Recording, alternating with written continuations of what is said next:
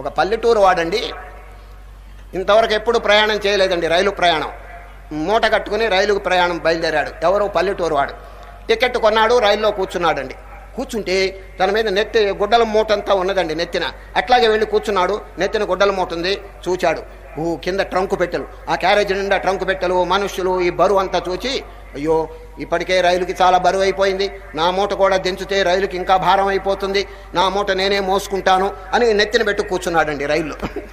పక్కన వాళ్ళంతా తిట్టారు, ఏమయ్యా ఎక్కడ పుట్టావా, ఊళ్ళో పుట్టావా అడవిలో పుట్టావా అని అడిగాడు.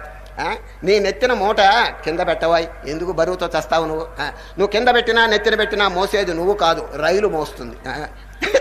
అనవసరంగా ఎందుకు బాధపడతావు? చూచారు, అదేవిధంగా జీవుడు ఏమో కర్తృత్వం పెట్టుకుని ఈ బ్రహ్మాండంలో తానేమో పెద్ద చేస్తున్నట్టుగా ఉంది. ఎవరండి చేసేది? అఖండమైనటువంటి జీవుడు ఎప్పుడొచ్చాడు? 100 ఏళ్ల కింద లోపల వాడు ఉన్నాడా? 100 ఏళ్ళు అయిన తర్వాత వాడు